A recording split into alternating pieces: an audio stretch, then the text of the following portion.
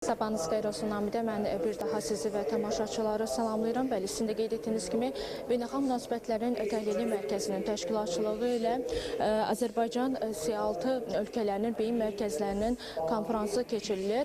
Mən vurğulamaq istəyirəm ki, ötən ildən Azərbaycan C6-ya tam hüquqlu üzv seçilib və bununla bağlı Azərbaycanın rolu nədən ibarət olacaq və əsas müzakirə predmenti olacaq. Mən vurğulamaq istəyirəm ki, konfrans C6 vahid region ortaq gələcək strateji dialoqun gücləndirilməsi mövzusuna həsr olunacaq və hazırda da elə arxa fondan gördüyünüz kimi müzakirələr bu sahədə davam edir.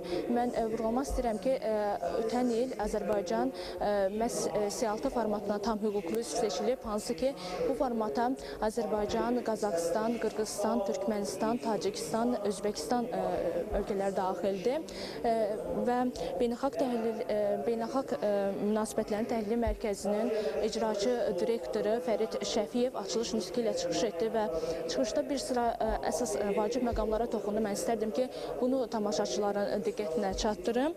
Belə ki, Fərid Şəfiyev bildirdi ki, 2025-ci ilin noyabrında Azərbaycanın Mərkəzi Asiya dövlət başçılarının məşvərət görüşlərinin tam hüquqlu üzvünə çevrilməsi regional əməkdaşlıqda mühüm mərhələ kimi dəyərləndirilməlidir və onun sözlərinə görə bu addım Xəzər dənizi hövzəsi boyunca daha inteqrasiya olmuş geoiqtisadi və geosiyasi məkanın formalaşmasına töhfə verəcək. Eyni zamanda Azərbaycanın Mərkəzi Asiya ölkələri ilə əlaqələrini daha da genişləndirəcək.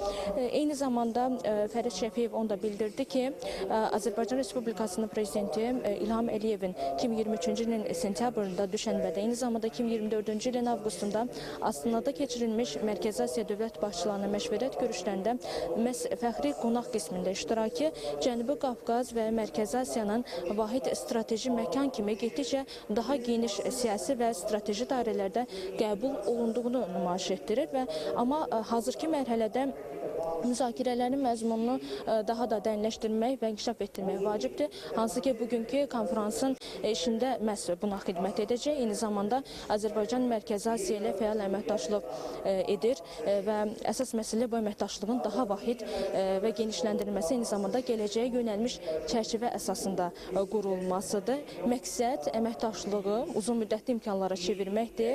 Məhz C6 formatının əsas funksiyası da bu amilə xidmət etməlidir. Hazırda tədbir davam edir və yaxın çıxışlarda digər ölkə nümayəndələrinin nümayəndələrinin çıxışları da gözlənilir. İrəliyən dəqiqələrdə bu sahədə ətraflı məlumatları biz tamaşaçıların diqqətinə çatdırmağa çalışacağıq Namidə. Hələ ki, tədbirdən bu qədər sözü yenidən sizə ötürürük. Buyurun.